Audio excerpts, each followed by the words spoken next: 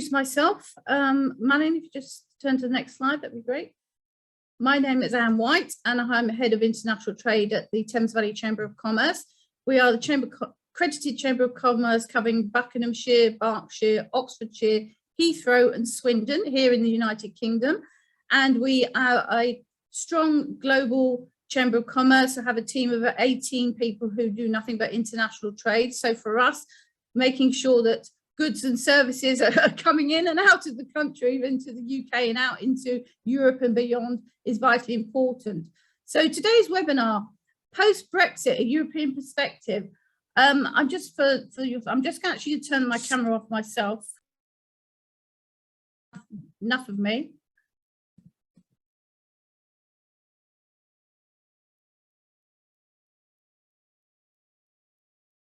Damn it.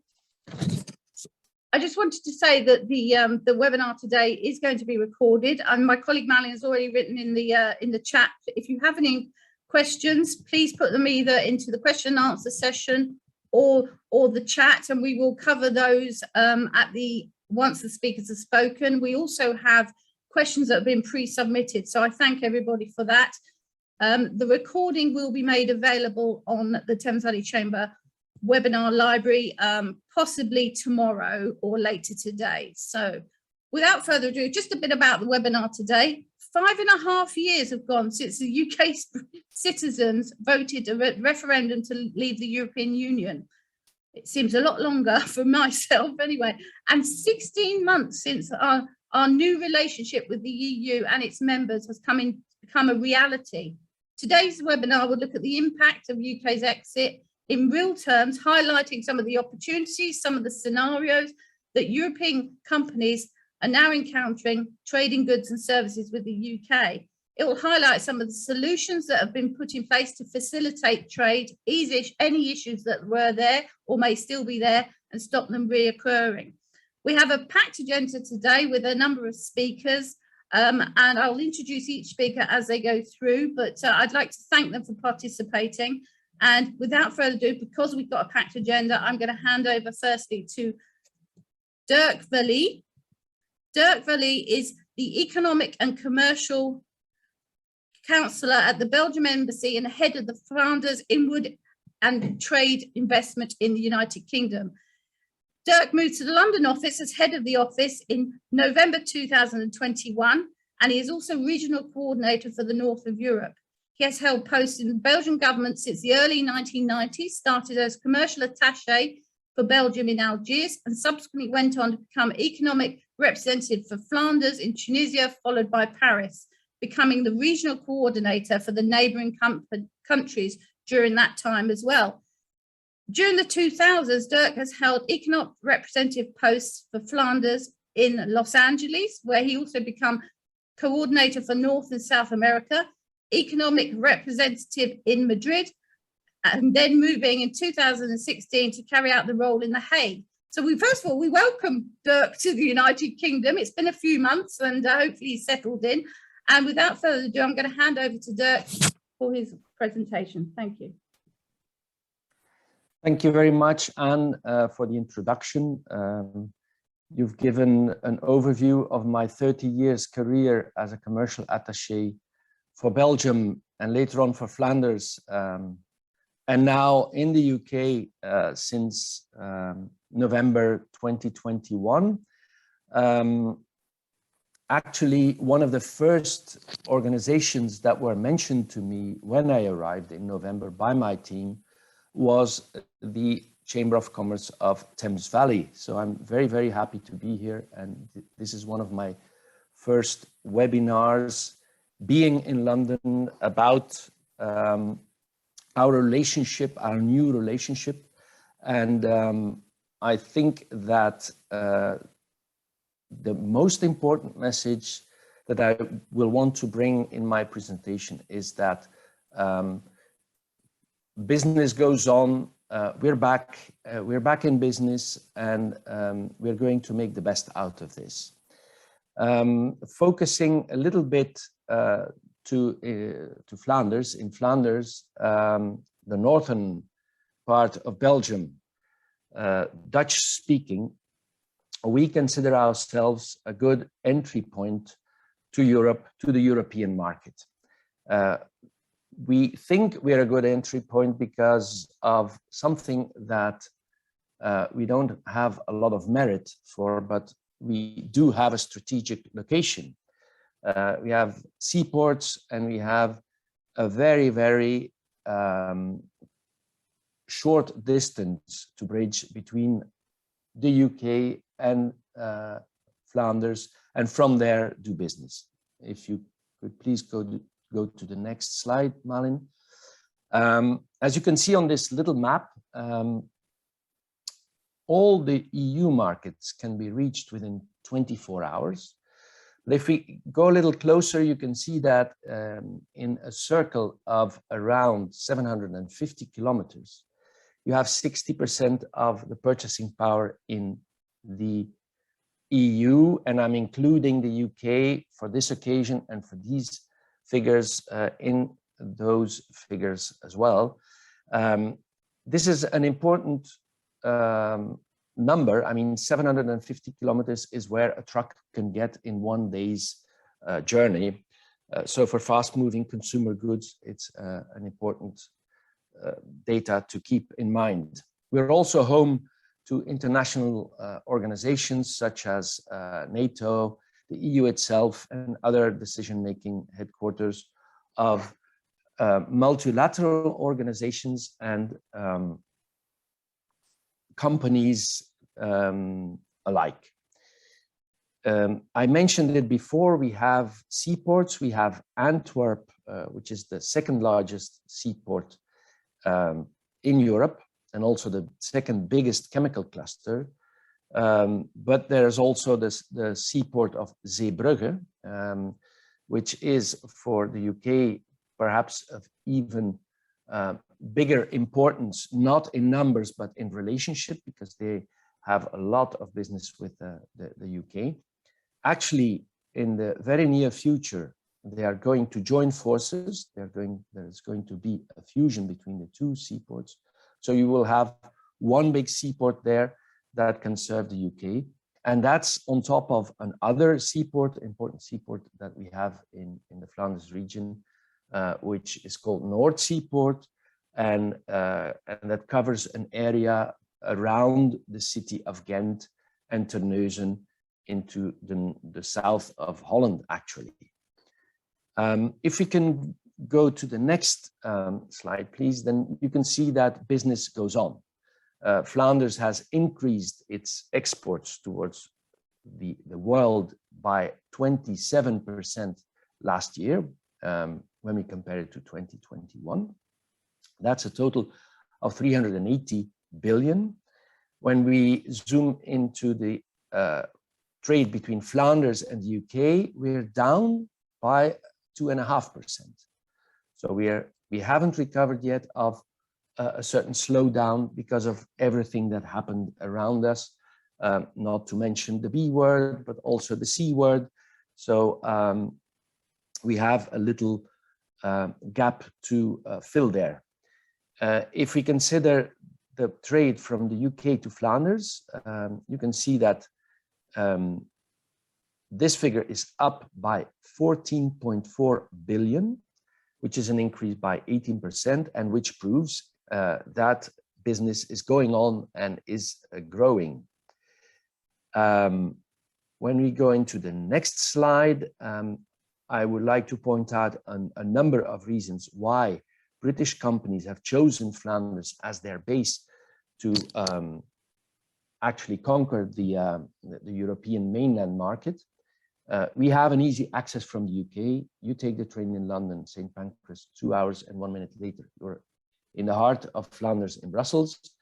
We have an open economy. We have almost no borders and no limits to international trade. We have clients ourselves across Europe. So from here, you can do business with the rest of Europe very easily and based on experience in international trade on the continent. When we speak about setting up, once you have a lot of business in Europe, We have turnkey solutions. We can bring you in contact with a number of key partners to set up very easily, be it banks, be it notary publics, be it accountants. And that is, when I say we, I mean our team here in London. It is very easy to set up. Theoretically, could even set up in 4 days. Practice learns us that it's more around 2 weeks, but if you have everything ready, within 2 weeks, you have your own incorporated business in mainland Europe, in Flanders. And then there is support from everywhere. I usually say that you know what the 7 degrees of separation means in the world. I usually say that in Flanders, we only have 3 degrees of separation. And that means that very quickly, if a question is asked to us, if there's a request, we can pinpoint a person and we can get in touch with that person very easily and very quickly, which is one of our trump cards when it comes to doing business, when it comes to setting up a company in our region. And we also are proud of the fact that we are a multilingual country. People usually speak 2, 3, even 4 languages without having even done any linguistic studies. They have this on top of their specialization. And that's, I think, an important thing to keep in mind, apart from the fact that they're, of course, highly skilled.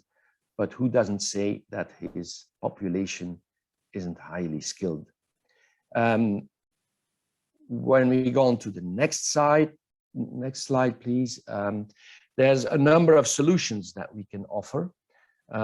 When you do business with the European continent or in the European continent, you can simply register for a VAT number in Belgium or elsewhere and start doing your business.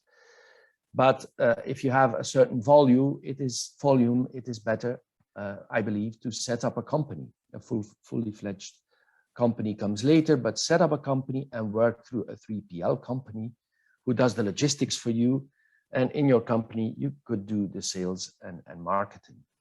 The ultimate step and the best step to do business and have success on the European continent, we believe, is to set up this fully fledged company, which is easy, not expensive, and you can then hire your own staff, set up your own logistics facility and work from there. In the past number of months, we have seen a rise in companies that choose this last solution. Actually, last year, we have a figure of 59 companies out of the UK who set up such a company. That was an enormous increase. It was an increase by more than 60% year on year compared to 2021. And I mentioned in the slide a number of examples there. Sample Logistics is one that chose for Solution B, Rex London also Solution B, and lately we also had Price Check UK, who actually chose the ultimate and best solution, which is to set up that fully fledged company, where we think we can help you and make you successful on the European country, on the European continent in your trade. If you go to the next slide, Malin, we will send the slides afterwards. You can click through and you will have there a number of pieces of information, even a webinar that you can follow that was held a couple of weeks ago on the theme of this new situation, this new relationship that we have. If you need any more specific information, then you can find us and our contact numbers on the last slide of my presentation. We're very open to have a chat, drink a coffee together, and see what we can do for you. Thank you very much for your attention. Thank you very much, Dirk. There's some impressive numbers there coming through of which proves business is still happening with our friends on Europe, and some impressive numbers. And I've got a couple of questions come in about that, so we'll have a chat about that later as we go through the questions. So thank you very much. I'm just now hand over to our next speaker, James Palmer. James Palmer is the board director of the Franco-British Chamber of Commerce and CEO and founder of Orpheon Finance. James has 25 years experience in delivering bilingual investor relations and financial communications, know-how support for both major multinational corporations and startup companies across all industries, from heavy industry to biotech and medtech. So without further ado, I'll hand over to you, James. Thank you, Anne. Good morning, everybody. So Anne has just outlined my business doesn't involve import and export, but of course, sitting on the Franco-British Chamber board allows me to see lots of things going on, and what Dirk has just said leads extremely nicely into my presentation, because I feel that what I've picked up as feedback sitting in France from UK companies it looks like Dirk and I, and afterwards Loic, that we've had a complete dress rehearsal of this presentation several times over. So the Franco-British Chamber spends a lot of time helping UK companies solve their problems in France. And of course, since the exit from the European Union, our role has become really much more important, because we're now talking about particularly bilateral arrangements between France and the UK and vice versa. The good news, as always in life, is that there's always a solution, as Anne was saying earlier, to every challenge, and the trick is to find where that challenge is. So on the first slide, you will see that, unfortunately, no one can deny that leaving the free trade zone, if I can call it that, Brexit has brought stress and complexity for UK exporters to the EU. Now, export means just that, which in the old days was free movement of goods and services, where basically there was nothing you had to do but to stick your product on a truck and ship it to wherever you wanted to in any one of 28 countries. Unfortunately, reality is reality, and our Cross-Channel Institute, of which the Franco-British Chamber is a founding member, has published negative trends for 2021 and expects them to continue in 2022. It's difficult to judge what is COVID, what is Brexit, and indeed what is both. Loic Chavoche, my director of Group STERNE, and my fellow Chamber Board Director, will give you more technical details on how to take up Dirk's kind offer to establish a UK entity or a European entity in Flanders. So my brief was to be more high level. So what's the kind of feedback off the ground? I mean, I've talked to a few companies, and I'm sure many of the people who are listening this morning will concur, or I hope that many of the people listening this morning will concur with my findings. It's pretty straightforward, the feedback, basically. It's administrative costs of exporting to the EU have had an impact on my SG&A, and the cost of goods sold will go up, and therefore creating margin headwinds, or a negative impact on margins, if I can be more direct.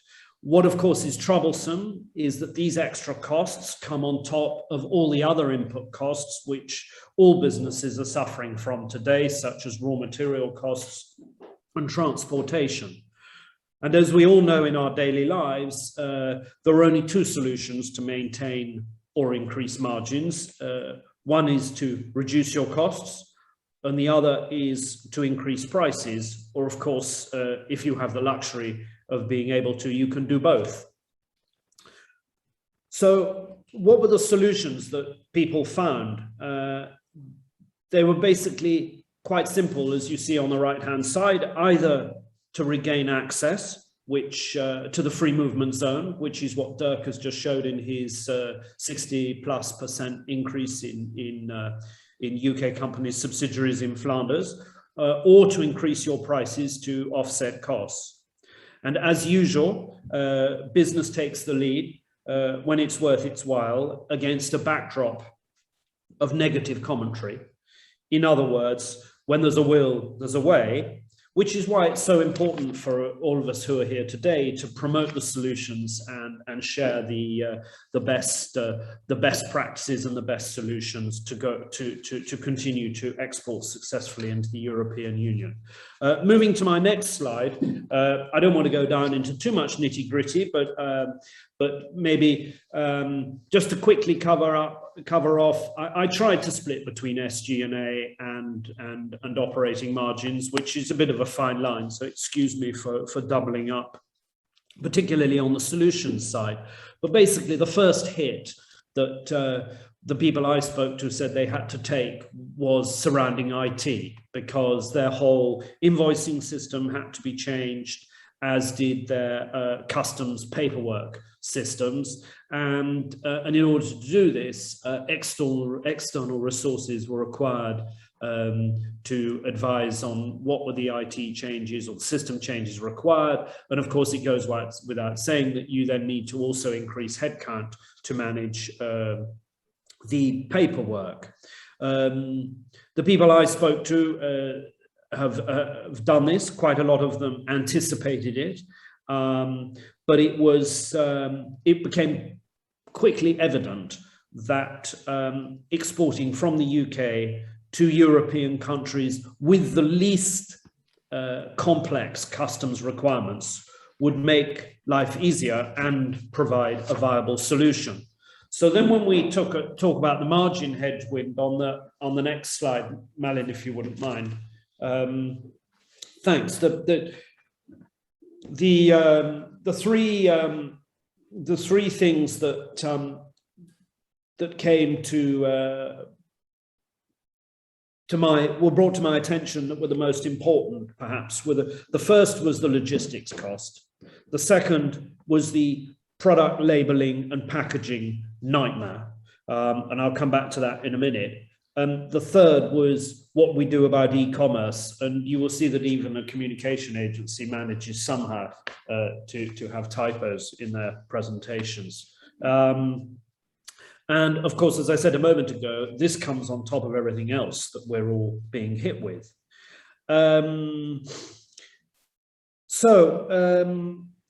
What about the logistics costs? Well, what came back to me was that before, in the free movement of trade, basically people did what they wanted. Now, all the people I spoke to said that they moved to ex-works distribution only. They have ended delivery to distributors and points of sale, basically to stop the margin hit that would have caused. In some cases, the logistics problem has been transferred to the importer or to the distributor, and therefore, to put it bluntly, the margin hit has been pushed on. And this requires either the distributors in Europe to accept either lower margins or to increased prices for the products. This, of course, has in some cases resulted in some products no longer being competitive. And for those of us who live in Europe, we can unfortunately give you lots of examples in our daily lives where things close and dear to us coming from the UK are no longer available. On the product labeling and packaging side, I must say this was the thing that surprised me the most, was that basically the people I spoke to said that, you know, there are 27 countries with 27 import policies. So the examples I was given of was that Italian customs, for example, require that all products be labeled in Italian before crossing the border. And they discovered this the hard way with container trucks stuck in customs for several months, whereas before the product had been distributed straight into their warehouse and their local operations had stuck on the necessary labeling in Italian. The Romanians require all paperwork in Romanian, believe it or not, and Spain requires product ingredient lists and analysis for every batch code of the same product on one order. So you can imagine the complexity that this and the cost that this was likely to bring to distributing your products in the EU. And e-commerce used to be easy. Basically now, if you want the e-commerce platforms to sell and distribute your products, you need to deliver them in the format and following the regulations that they require. Basically, to cut a long story short, as Dirk just so briefly put it, the solution is to create a European entity to regain access to the single market and distribute from this point around Europe. For the SMEs I spoke to, the only way forward, in fact, has to be increased prices for distributors, as a reduced margin was inconceivable. I think, you know, in a nutshell on this slide, I basically lead straight into where Dirk left off. And so if we look at the final slide, which is where I think we can all help one another, and this is the role of the Franco-British Chamber. You know, negative sentiment, negative comments will continue because they're based on reality. And some of you may have seen, but the House of Commons Treasury Committee in the UK formally said the other day that Brexit inhibits trade. Unfortunately, some businesses has been lost forever. For those, as I said a moment ago, a lot of short shelf-life products are no longer available. And as I read in the Sunday Times this weekend, well, of course, on the online version, because the paper version is no longer available, according to the Chamber's press relations officer, the UK Office of Budgetary Responsibility has maintained a minus 15% impact from Brexit on exports. So this is why we all need to play such an important role in promoting and sharing solutions. And I'm delighted that Anne has such an impressive team who can do this. Where the Chambers of Commerce get very involved, of course, is putting business in touch with solution providers, which is partly what this event today is about. And indeed, tomorrow, in fact, the Franco-British Chamber has a webinar entitled "Make Your EU Customers Love You," which will also bring valuable information and solutions. But ultimately, you know, we cannot ignore it. If you have a great product that is competitive, the proximity of such a huge market cannot be ignored. And as we've seen, the solutions do exist. It's just about finding the right or the best one for you.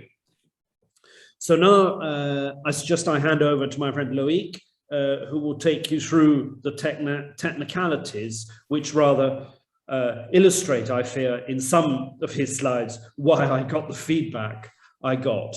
Many thanks a lot, and over to you, Loïc, or back to Anne, I should say. Yes, thank you, James.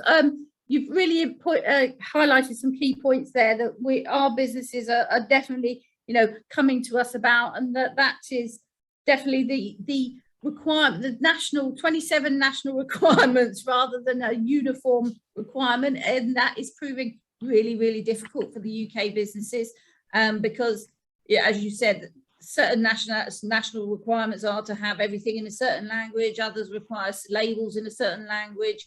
Others require different standards in their goods. So that's it. And also the second point on the e-commerce.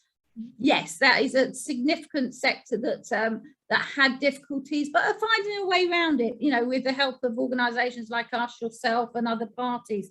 So that, you know, there are solutions. You just have to look look out there and contact people in order to find those. So thank you for that, James. So I'm now going to just introduce Loic Chavaroche, and who James has kindly already mentioned today, and he is Quality, Safety, Secure Environment. This is a very long title, Loic. CSR and ESG Director for STERNE Group, the STERNE Group. He has previously worked as European Chief Operating Officer and Chief Brexit Officer for Transportation, Logistics and Customs Brokers Organisations. His area of expertise covers the whole supply chain and more particularly the EU and English customs procedures. As a member of the board of the Franco-British Chamber of Commerce, he has a thorough knowledge of the issues involved in cross-channel trading. So, so over to you, Loic. Hello, everyone. Good morning. First, I will just in a few words introduce the groups. Please, can you put the next? The STERNE Group is carrier. We are transport and custom broker, and we are also a freight forwarder. We're working for all industry, and most of them in UK, because we are working for automotive industry, aeronautics industry, health, luxury. That's why we developed since the beginning of the Brexit several solutions to improve the process and improve the supply chain between Europe and UK. Please, can you change the slide? We are different branch. One was working during all nights, we're in a regular and precision delivery. And the one who are working the most with UK is a STERNE Time Critical, with a specialist in urgent and sensitive product specialist. And we are working for all these companies for example, for Nissan, for Volvo, for Renault, and also for Airbus. That's why we are every day is in UK. Please, can you change it? Our international network, we are based in the east of Europe, Poland, Romania, Czech Republic now, and that's why we are taking all the goods directly with our trucks or with subcontractor trucks to UK, and in the other side we go from UK to all over Europe. That's why this problem is really something we know a lot. Please, can you change it? We could see just the custom process, because I will be focused on the custom process. Since the Brexit, what we observe most of the time, we observe some problem with the customs. That means people who don't give to the custom broker all the good documents, or who didn't do the good documents on the system, because as you know, there is some job for the trader, for the shipper. There is also job for the haulier. What we need to do, this is just a short resume, and I think I will send you this document with a link for the GVMS, and what the trader and the shipper have to do. They have to do TAD, EAD. They are the different operation they need to do on NSTI or Ncts. They are the two different systems. They also use Chief and Delta. They are the two systems in France we use, and the system Chief is in UK, Delta is in France. To make the EAD, this is the declaration to export, and the pre-declaration, the import pre-declaration. That's really important, because on this system, as you know, we create, and the custom create, the intelligent border control. And with the system of the intelligent border control, you must use the pre-declaration. We also do, if needed, the ATA or a tier carnet. It depends what you do.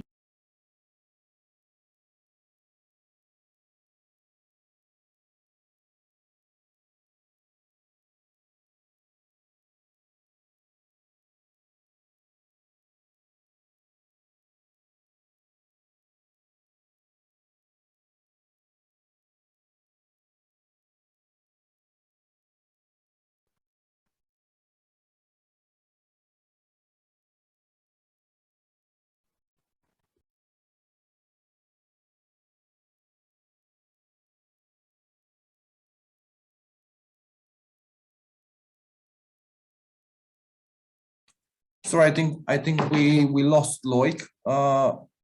I'm waiting to see if he will be back in the next few seconds. If not, I think Anne will take over. So I think it's a connection that it's a quite far distance from UK to France, it seems. To Bordeaux, he's in Bordeaux as well. Thank you, thank you, Malin. Yes, obviously, sorry, we seem to have lost Loic. So what I would suggest is that we maybe move through to Verna, and then hopefully get Loic back on, and he can come back later. So if we just click through.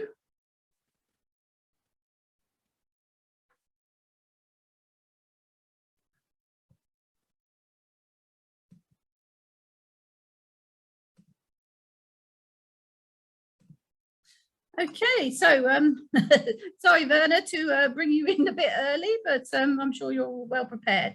So Verna Wren, our next speaker is Verna Wren. He's the Advisor General of the Customs and Excise Federal Public Service Finance in Belgium and has held the post for over 5 years. He's previously been Advisor General to the Department for Customer Management and Marketing within the same public body. Prior to this, Verna has worked for over 15 years as Chief Inspector at the Customs Procedures Department for the Regional Director of Antwerp. He has worked for many logistics companies over 5 years before that. He is also a convener of the Working Group Communications and Marketing of the National Forum, in which Belgium, the official consultative body between customs and trade. So over to you, Verna. Thank you. Well, thank you, Anne. So good morning still for most of you. For me, it's already noon here in Belgium. Well, I'm going to try to give you within the next 15 minutes an overview of, say, EU-UK trade seen from a Belgian point, and also give you some ideas how to manage now about customs because of the new relationship. I will try not to stick, say, to investment policies. That's already done. Although it can be that during my presentation, I will give you some practical examples or kind of, say, testimonials of companies who are working or have chosen also for Belgium in the relationship UK-EU trade. Well, first of all, and then the next slide, please, Malin, to give you a slight overview in what was happening and what is the situation as of today. So, in fact, with the B word, but before the real launch, say, of Brexit as of the 1st of January of last year, just before we had a transitional period, which was launched by the withdrawal agreement, but meaning that during a certain period, and that was until the 1st of January of last year, there were no customs formalities. And in fact, as of customs point of view, business between the EU, the continent, and UK was going on as usual, and we were not involved. This really changed as of the 1st of January of last year. Coming into force then the Trade and Cooperation Agreement, TCA, which was in fact still in that situation, there was still some kind of transitional measures with a legal base, but then only on the UK side.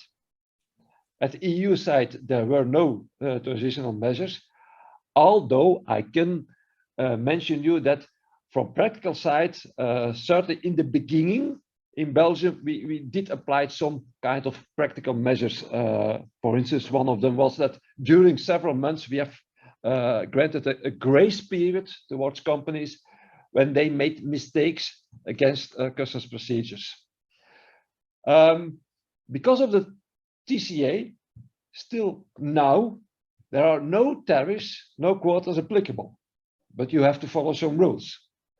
But a major change indeed is that as of the 1st of January of last year, at least at our side, there are customs formalities and also customs controls.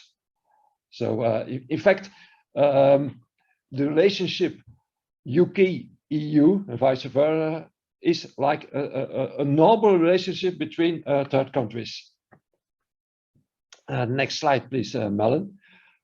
What does it mean on the level of, say, trade volumes? And here I've got figures of last year. I cannot compare with the years before, and the reason is very simple. because I'm taking my figures out of our declarative system. And before the 1st of January of 2021, there were no declarations, no customs declarations in the relationship Belgium-UK, for instance, and vice versa. But I can see what happened last year. And in the beginning, there was a certain drop in volumes in January, but it pretty soon recovered, and it came to a steady growth, and it seemed to us regular business and regular volumes, both for import and export.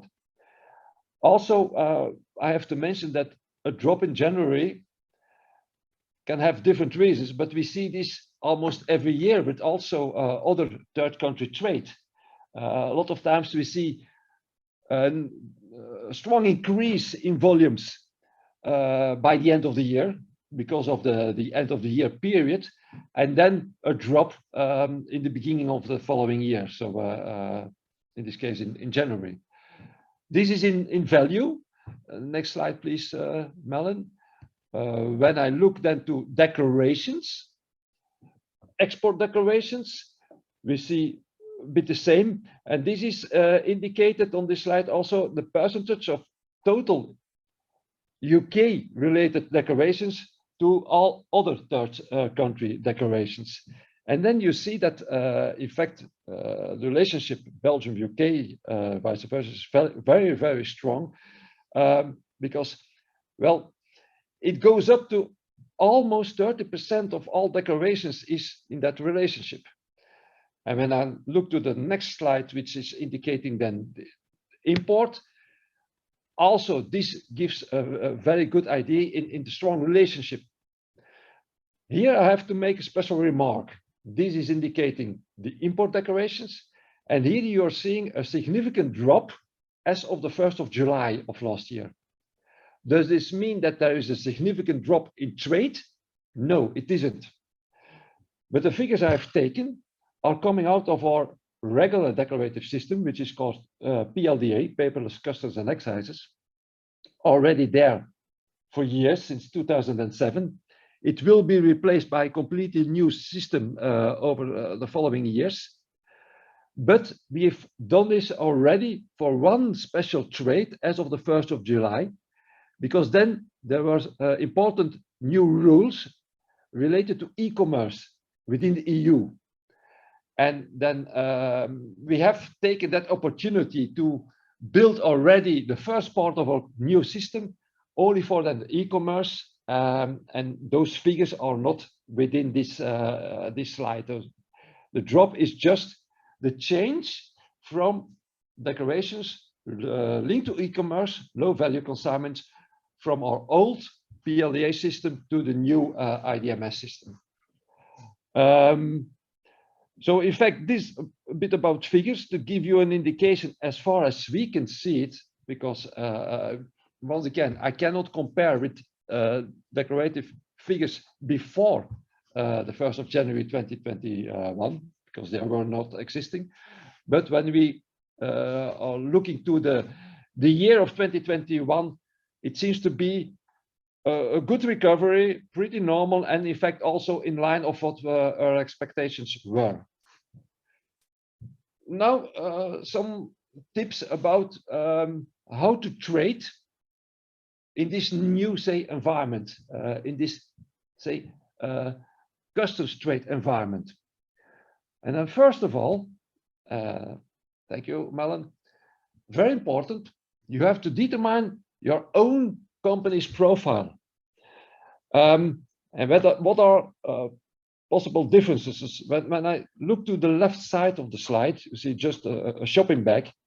In fact, indicating here, I'm talking about, say, small enterprises or even small shops who are not doing high volumes in trade with the continent, with the EU, or doing it very occasionally, oftenly using an e-commerce platform also for doing that kind of business.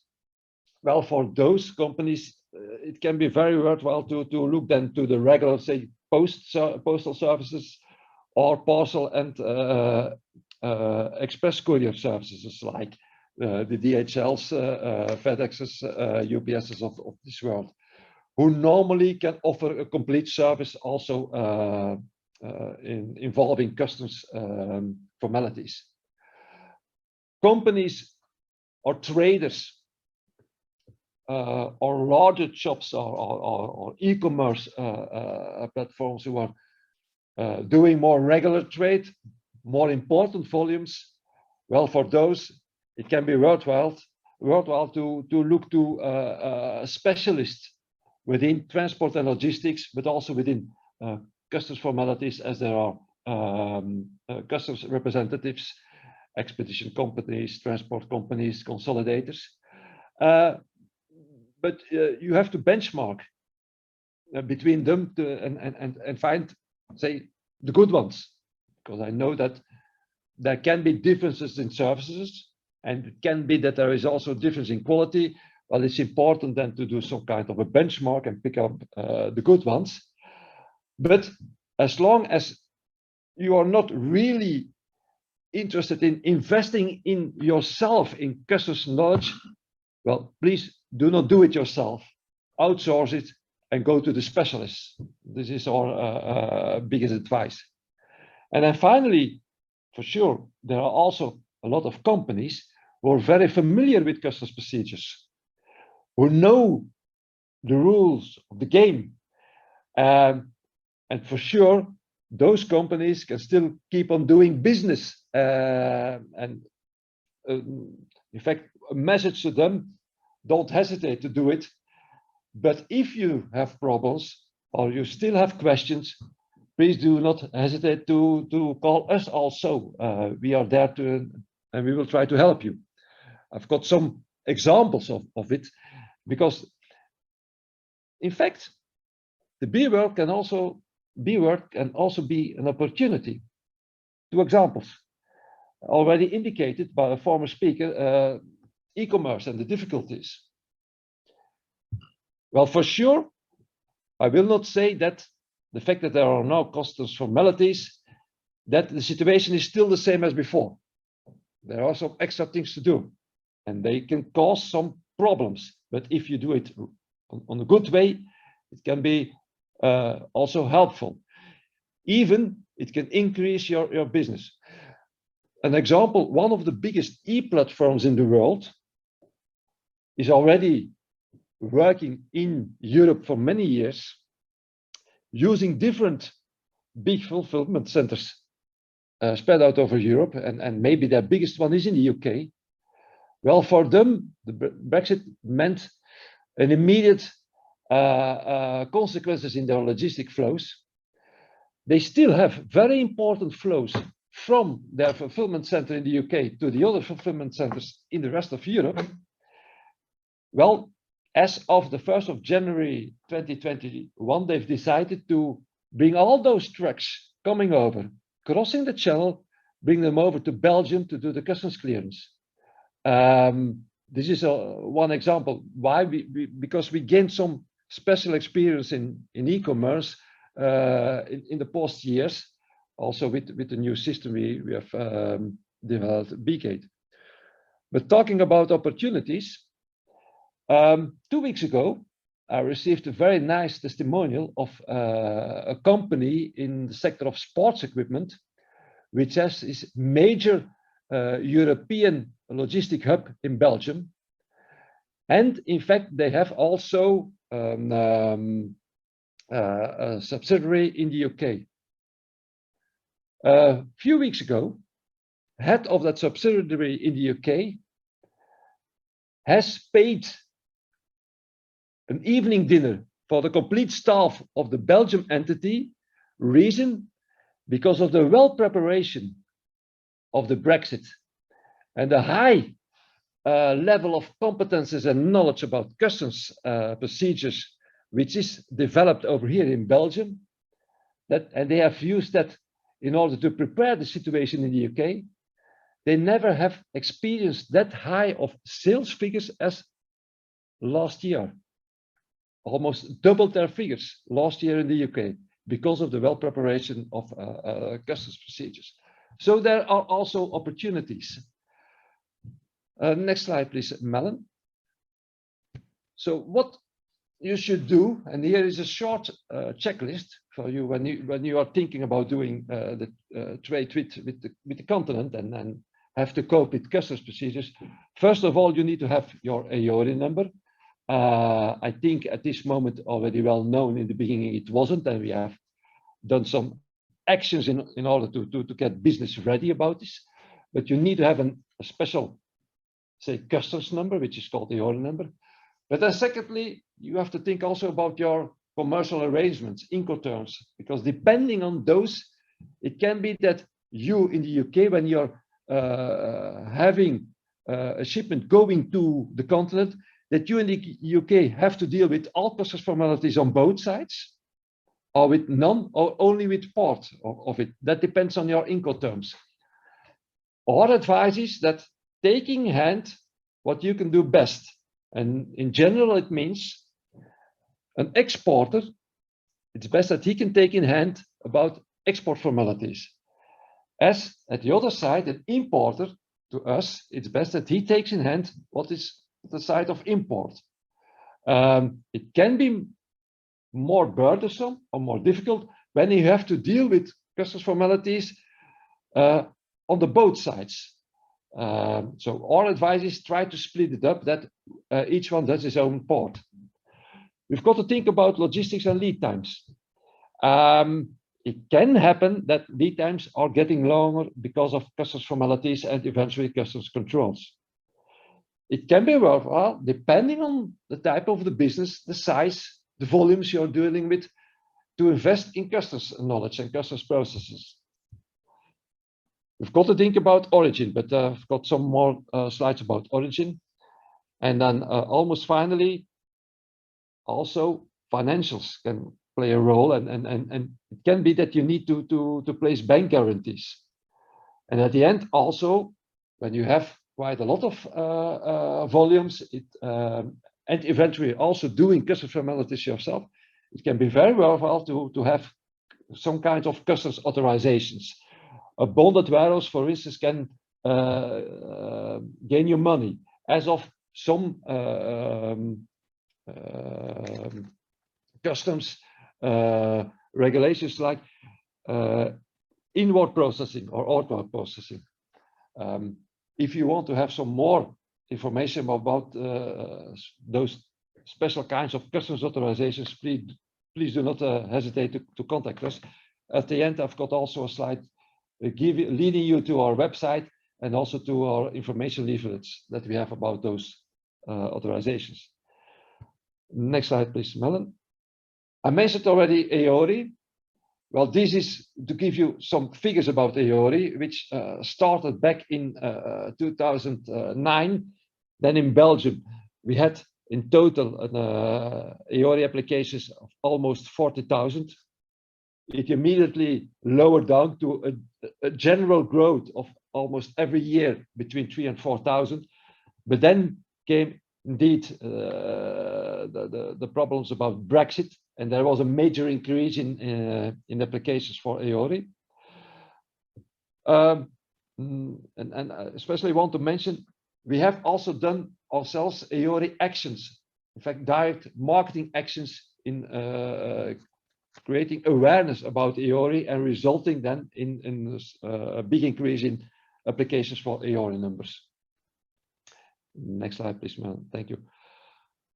Coming more to the end, what is important now for you to know about customs formalities, and I've got here, in fact, a picture of the single administrative document, the paper form. You will not find this that much anymore because now everything is by electronic means. But just to give you an idea, what is on that form, this gives you also the data set of what is needed. And at the left side of the slide is stressed what is then very important as data that you need to communicate to customs yourself directly or via a customs representative. What are you exporting or importing? So about the goods themselves, goods description, tarification code, that's very important.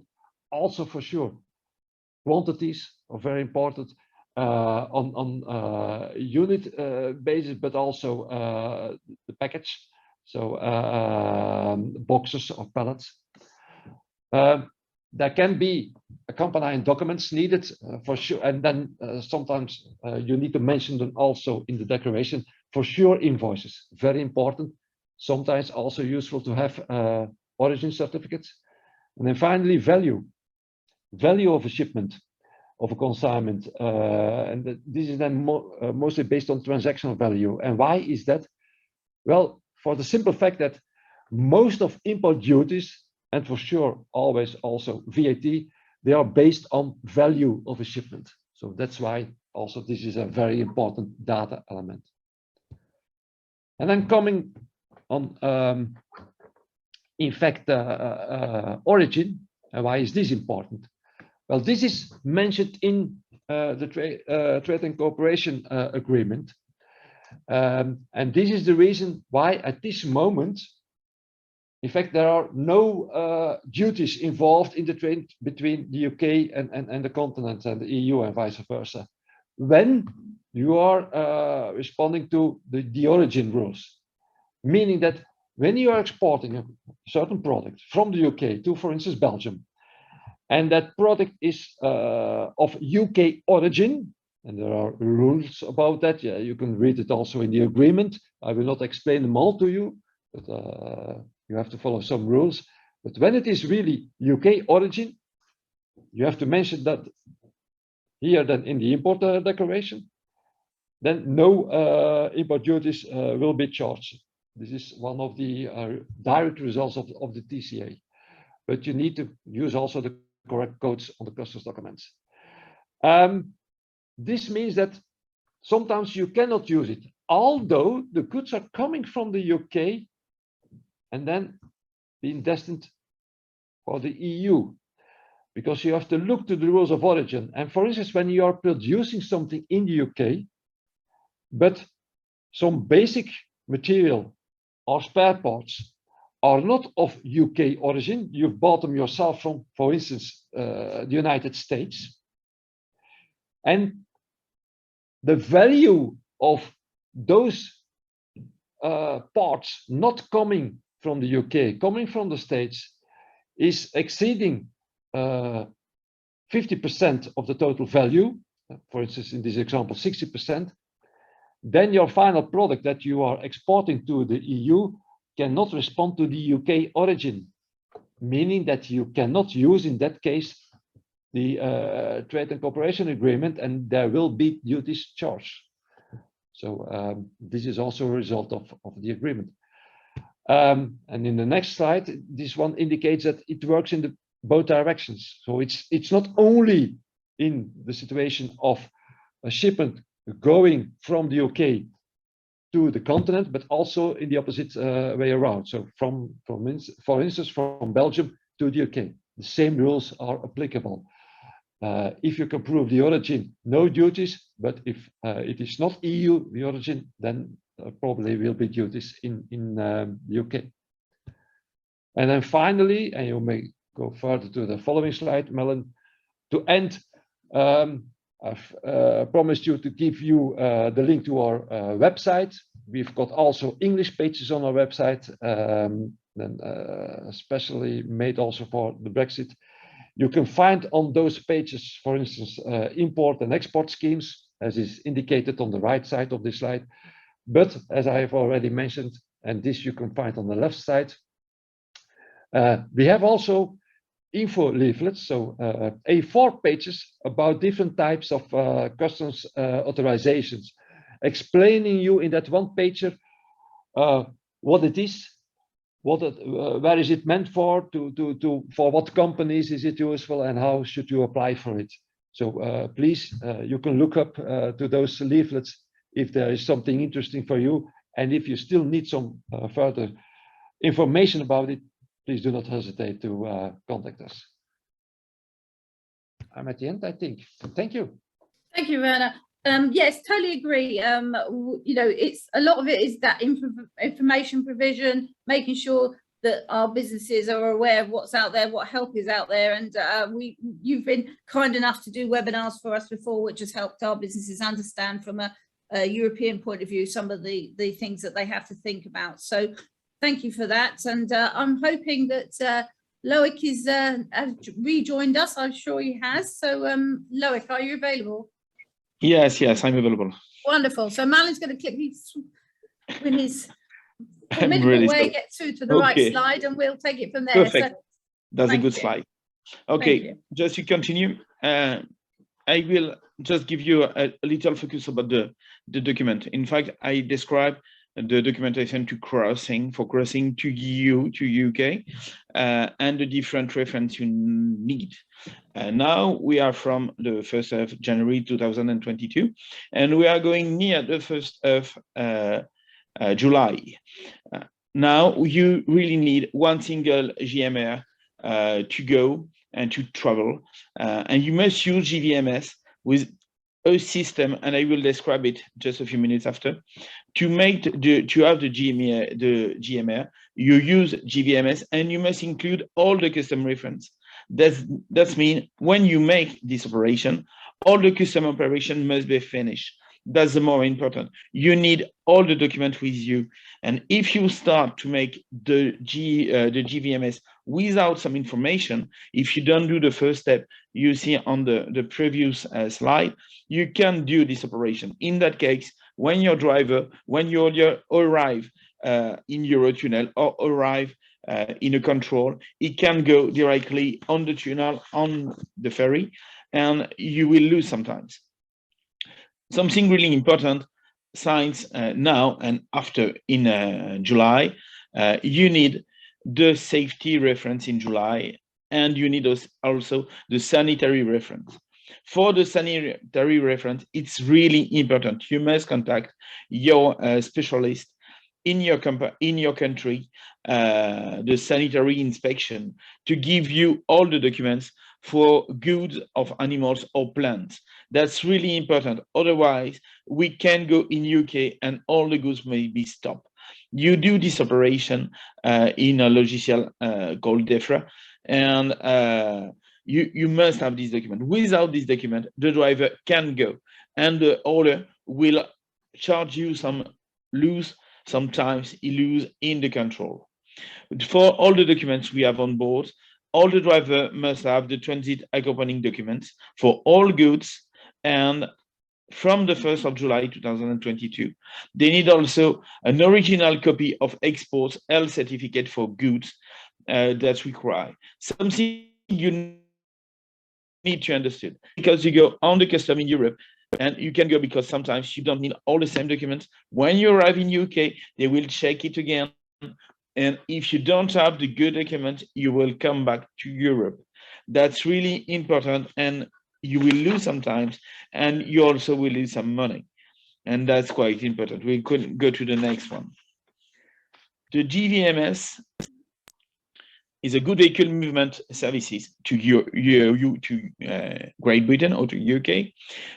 It's an automatic solution with the border control. You use it when you are on a port, and that's really important because it gives you all the information to cross the border with the intelligent border system control.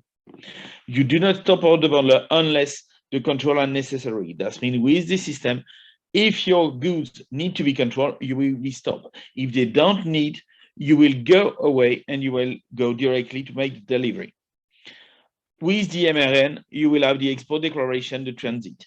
You make an advance declaration before going to UK, and in the same time, you will make the GVMS, and the GVMS give you the GMR. GMR is a good movement reference. It's different than the MRN, is a movement reference number with another document you will have on the declaration, on the export declaration.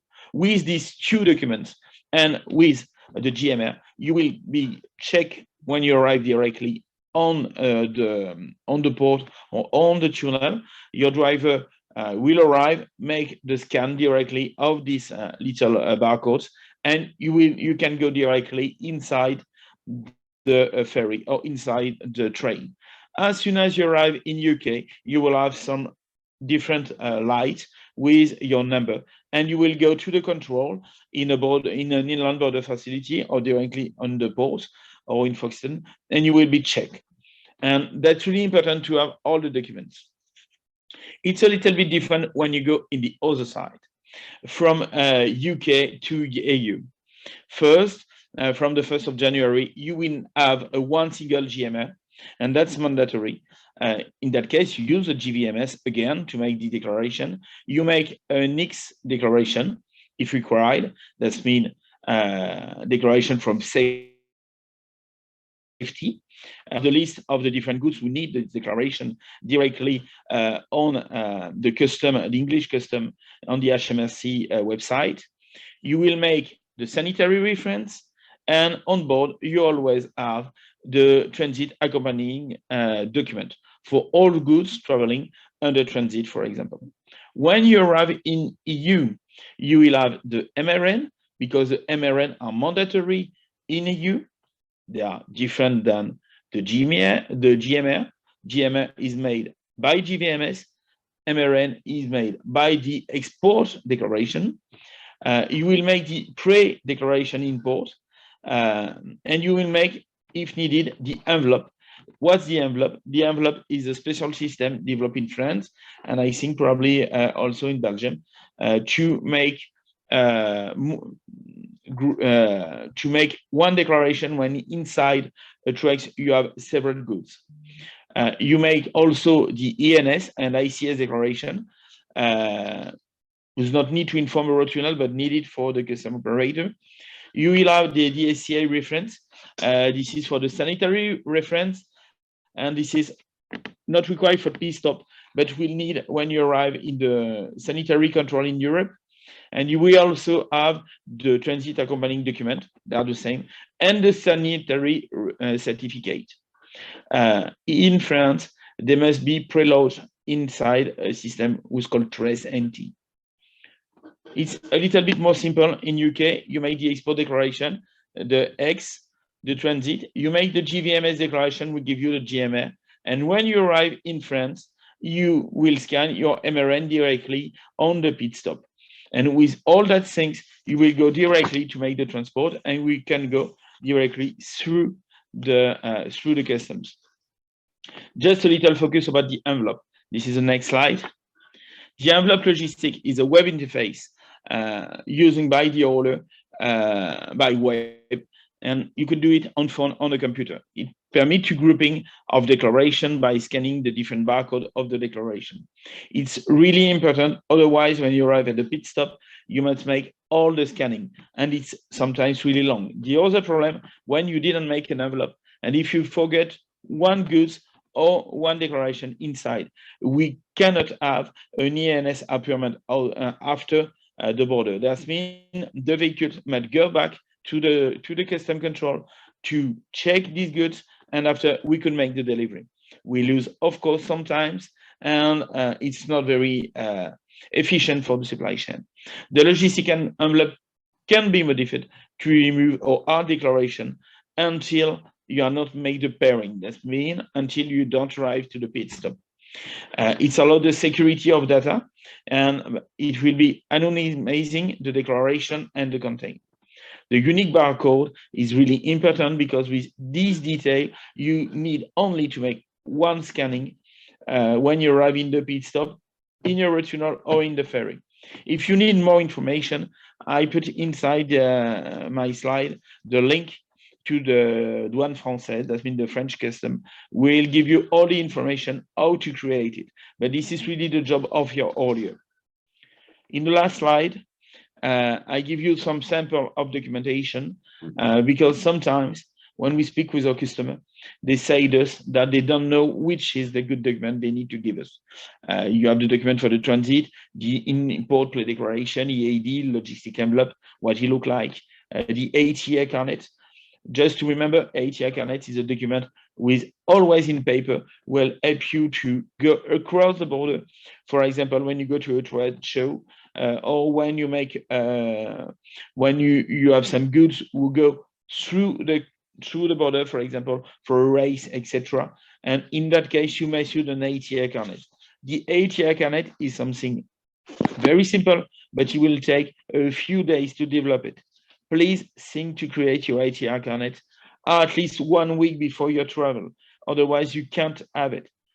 You can be in contact with the Chamber of Commerce directly in your country.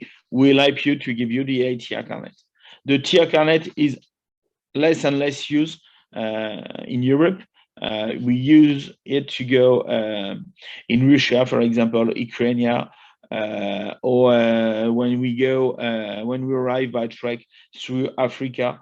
It's the few example of tier we use now. And after, this is the last procedure, is the Ncts fallback process. Is when we have a lockdown or when we have a problem on the IT system or the custom, we have a safety procedure, and with a Ncts fallback process. It's a special document used by the custom broker or by the haulier in France, and I think in UK there is something with equivalent in UK. Something you really need to remember, and that's the more important. Your haulier or your custom broker don't do everything for you. If you don't give us the good information, if you don't give us the origin, as said the last speaker, if you don't give us the invoice, if you don't give us all the information to know what's the kind of product you can put in, or we could make the declaration for you, and all the information we need, we can't make a good declaration for you. That's why we really need you. Without you, it's impossible to go across the border and to make a good declaration. And in that case, it's not the responsibility of the custom broker or of the haulier, it's your responsibility if the information you give to us are wrong and are inappropriate. It's mandatory to give the good information to the custom broker or to the haulier to go through the border. It's not the responsibility of them. Thanks a lot. And if you need more information after, I'm ready for the Q&A.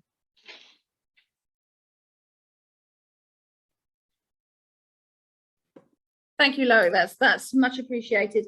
Yes, I couldn't reiterate more. As the Chamber of Commerce here, we are a customs broker. I couldn't reiterate more how important it is to get the information right that you're giving to your forwarder or your customs broker.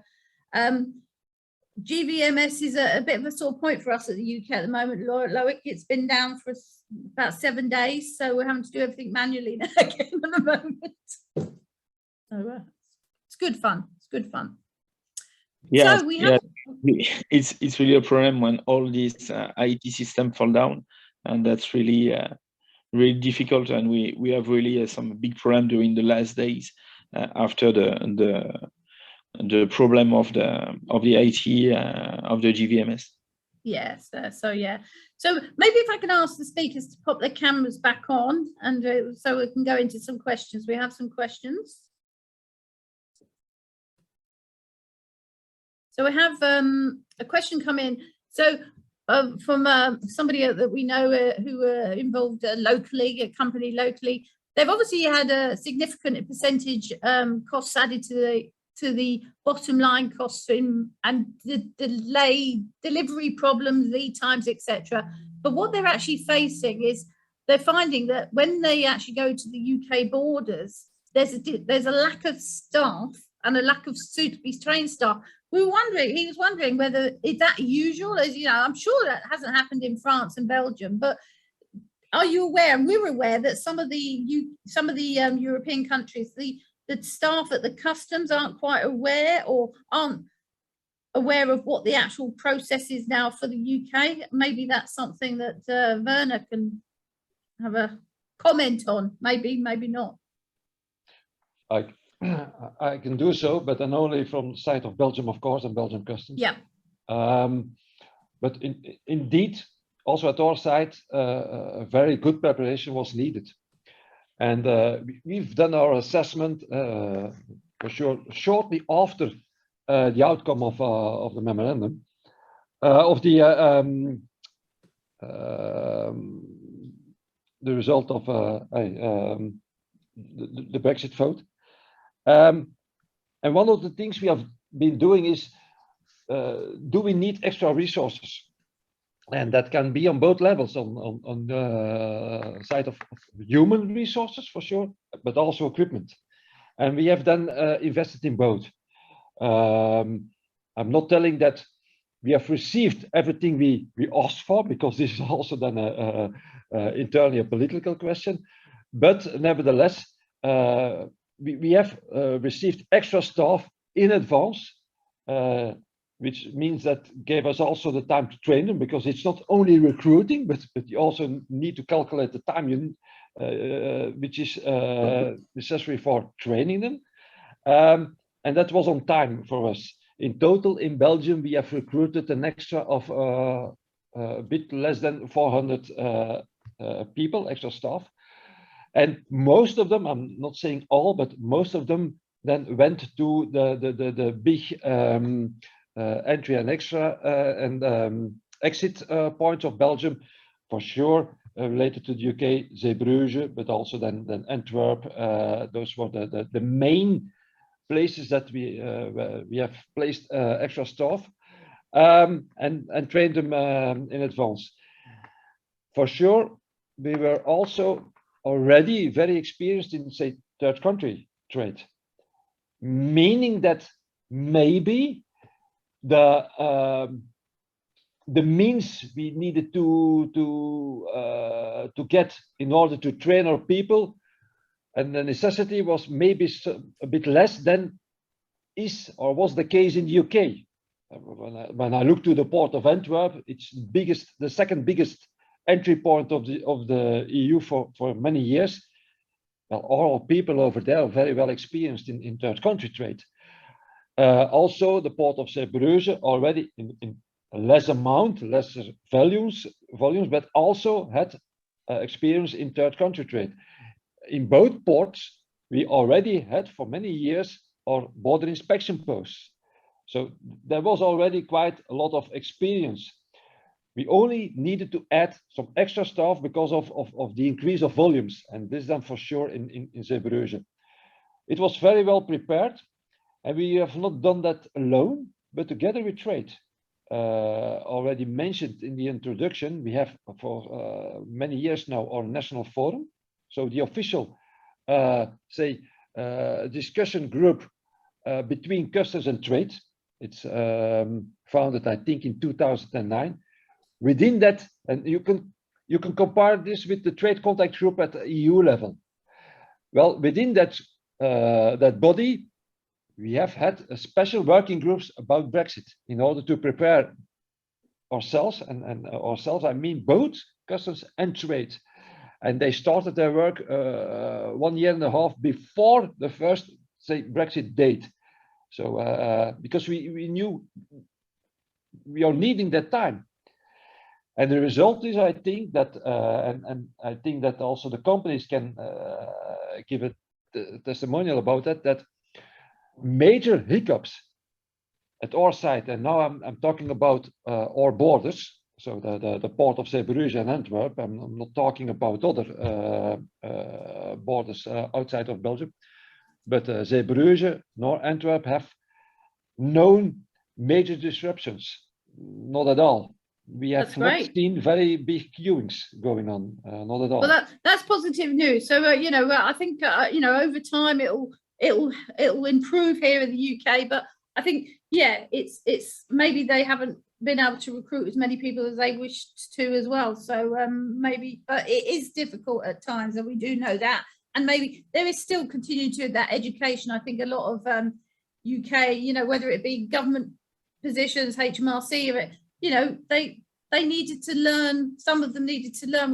We had a lot of experienced customs officers who decided that they were coming to the end of their career, and now was a good point to actually to leave. So I think there was a bit of a brain drain in regards to the point that happened over here. But I'm sure as they move on, it will improve.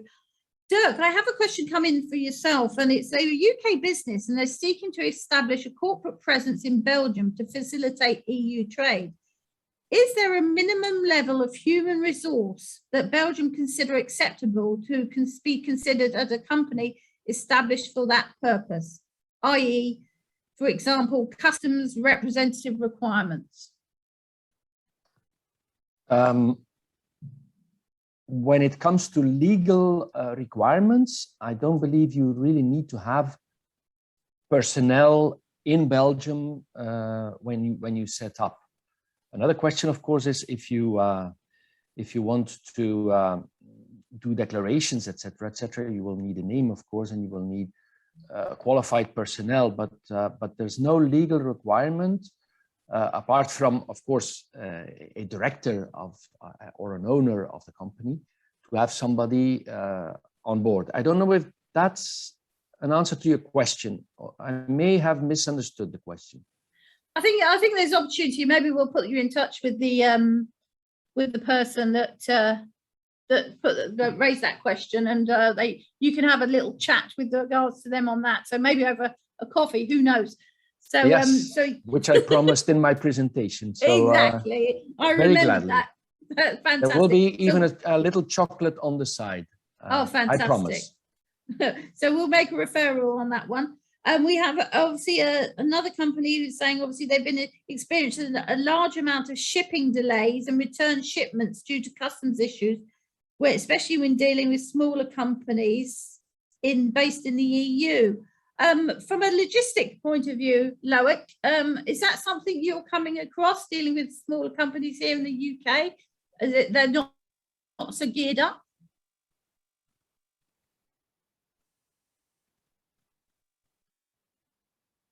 Oh, we can't hear you, unfortunately. Okay, just sorry. The price, just a little word. Of course, the price has one question at the beginning. We've got an increase of the price. Why there is an increase of the price of the transport? Because of the different process due by the custom broker, because some of the hauliers are also custom broker, and it creates sometimes. And you have also some new process for the haulier. That's why all these costs increase price around 100 to 150 euro, depending on the transport. And this is most of the time fixed charges. But for the transport, as you know, at the beginning, we lose a lot of time for the control. Most of them in UK, more in UK than in the EU side. And increase the price of the transport due of the waiting time. What we have now, we have less and less time lose in the control, except for the SPS. That means for all the goods we are under sanitary control. That's why I think the price are going could be a little bit lower than during the first part of the Brexit. Unfortunately, in the same time, we have an increase of the global price of the transport due to a new European regulation with called mobility pack. We increase the price of the trans-European transport, and you also the problem with the price of the fuel and the energy. That's why it's not easy for the moment to give you all this information. Otherwise, I think there is a question about the ATA. This is your question, isn't it? Or you have something else? Yeah. So yes, somebody's obviously also said that they'll be in contact with regard to ATA Carnex, because they've had a few difficulties in regards to the border controls and the lack of knowledge. So that's something obviously we know the person that's raised that quite well. And ATA Carnex, I will say, obviously now we're a large issuer, and I think it's gone up. The number of ATA Carnex obviously used for temp, now that we're not in Europe, it's gone up like 400-500%. So it's a bit crazy in regards to ATA Carnex at the moment, because you know, everything that's going out on a temporary basis, a lot of things are going out on a temporary basis, need to have one. So, but of course, they have to go through a special procedure to be stamped in and out, and that's where the problems lie if there's no one at a customs post to do that. And we are going electronic. We're about to start a pilot for electronic ATA Carnex. So we watch this space on those ones. Yes, in fact, I think nobody could imagine the number of goods who are going on the both side, and we are, for example, for a trade show, etc. And that's why we have this increase of the ATA Carnet. The bigger problem with the ATA Carnet, and when we go through the border, is when people change something inside the goods after and before, after exportation and before the reimportation. And this is really the bigger problem today with the ATR carnet, especially for trade show. I give you an example. You go to a trade show in France and you make, for example, an ATR carnet for example, books. You're going in France with different books for a trade show. And unfortunately, during this show, you give some books to people, or you offer, or perhaps you sell some of them. In that case, when you come back in UK or when you come back in France, depend the where you go with your books, your ATR carnet is unfortunately wrong, because it's not exactly the same goods. We go in a site and we come back.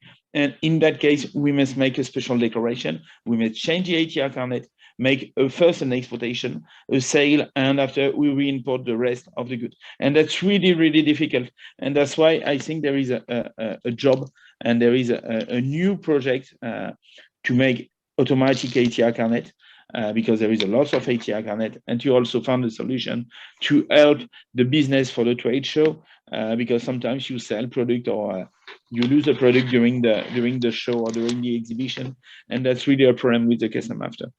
And of course, obviously, at this time, what we need to get out there, go to exhibitions and trade shows and everything like that. So, in order, as we come out of COVID, as restrictions, there'll be more and more of those things happening again. So, it continues. The increasing continues. So, it's important that companies understand the process and everything like that. So that's great. Yeah.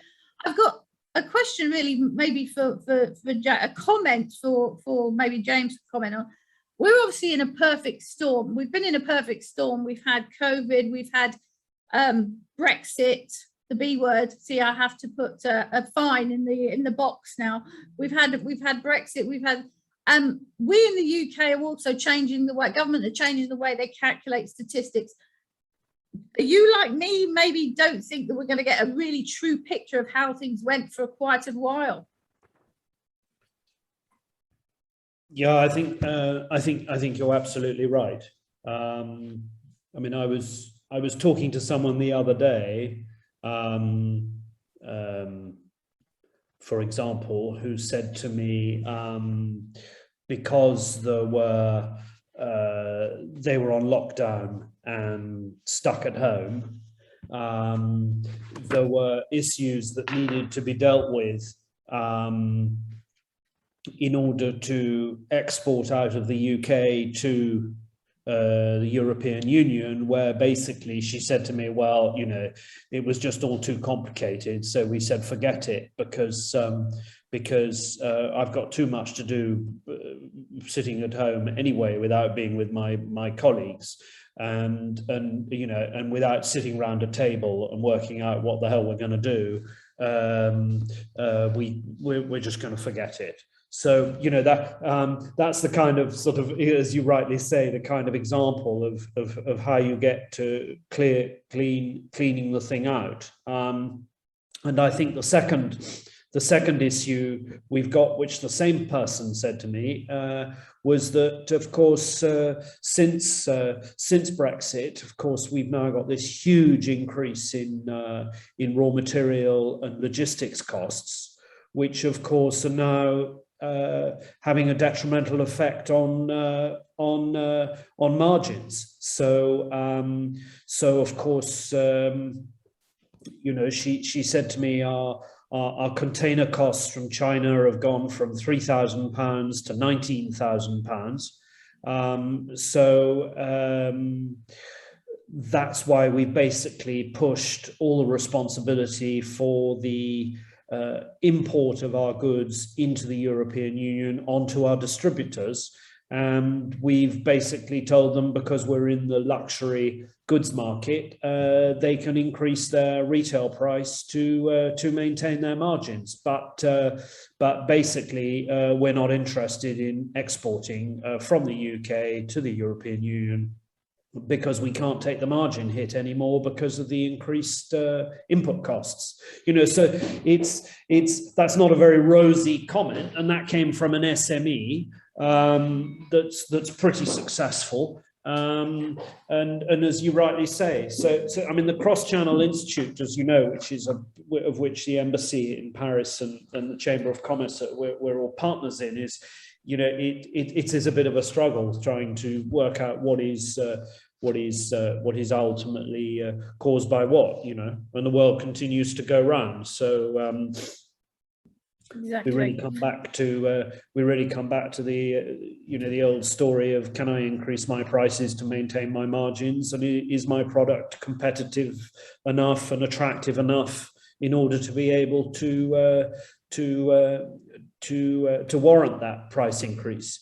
Unfortunately, for those of us, and of course Catherine Yannick, you know, who runs the chamber, you know, we've all got lots of examples of small traders, shops and things in France, where they used to import products from the UK in their range, and they've just simply stopped because they can't increase their prices, because it's no longer, the product won't be competitive. And the cost of logistics and the cost of customs paperwork and overheads just doesn't make it viable. Exactly. I mean, yeah, I would, you know, it's going to take a good number of years to see how this all pans out, and but you know, ultimately, a global a business trading overseas globally is more likely to survive than any other business. So it's important that we continue to try and make life a little bit easier for them, and I'm sure that we'll get there in the end. But there's always opportunities, and that's why organisations like yourselves and us here at Thames Valley Chamber, the French-British Chamber, the Belgium Embassy, the Flanders Investment Team, that's why we're all here. We're all here for one reason, and that is to make sure that there is still a huge amount of trade going on with our nearest neighbours, you know, an ideal trading route for us as on the edge of Europe. So we're still in Europe, but we're not in the EU, but we're still in Europe, and that's what is important. So we move on. So I'm conscientious of time. We've run a little bit over, but I just want to, Malin, if you just move to the next slide, I'm just going to raise for people still on we've got some more events coming up. We have a spotlight on Romania. We have a Romania specialism here at Thames Valley Chamber of Commerce. So if anyone wants their documents translated into Romanian, as we say, then we're more than happy to help. And then we also have our exporting services, the VAT implications, and a lot of that has come up from questions that have been coming through from companies who have been trading in Europe and elsewhere. And then we have, this is the one, obviously, how to select the best international markets for your business. So there's some events coming up in April and May, which will be of use.